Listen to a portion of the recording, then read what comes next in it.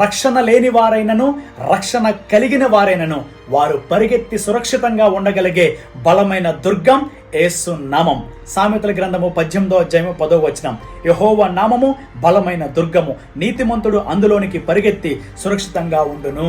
ఎవరైతే తమ పాపముల విషయమై పశ్చాత్తాపం పొందుతారో వారి పాపముల వలన కలిగే శిక్ష నుంచి, రాబోయే దైవ ఉగ్రత నుంచి, నిత్య నరకము నుంచి, పాపపు దాస్యం నుంచి విడిపించి వారిని సురక్షితంగా భద్రపరిచేది యెహోవా నామమే, అనగా యేసుక్రీస్తు వారి నామమే.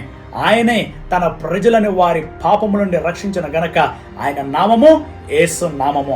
భూలోకములో ఉన్న అన్ని నామములు మనుషులను కలవరపరుస్తాయి, కానీ యేసు నామమే మనకు శాంతిని, రక్షణను, శక్తిని ఇచ్చే బలమైన దుర్గము. అపోస్తల కార్యము 4వ అధ్యాయం 12వ వచనంలో, మరి ఎవని వలనను రక్షణ కలగదు, ఈ నామమునే మనము రక్షణ పొందవలన గాని ఆకాశము కింద మనుషుల్లో ఇయ్యబడిన మరి ఏ నామమునను రక్షణ పొందలేము అనెను. తన స్వనీతి మీద ఆధారపడి ఏ మనుషుడు ఎప్పటికీ ఆయన యొద్దకు పరిగెత్తలేడు. కానీ యేసు క్రీస్తునందు విశ్వాసం ఉంచడం ద్వారా నీతిమంతుడైన వ్యక్తి మరి ఈ లోక మాలిన్యముల నుండి, సాతానీయ శోధన నుండి, ప్రలోభాల నుండి తప్పించబడి తన రక్షణలో స్థిరపడి దానిని ముగించుకున్నట్టుకు గాను అతను కూడా ఆశ్రయించవలసింది యేసు నామమునే. కాబట్టి రక్షితులకైనా అరక్షితులకైనా బలమైన దుర్గం యేసు నామం.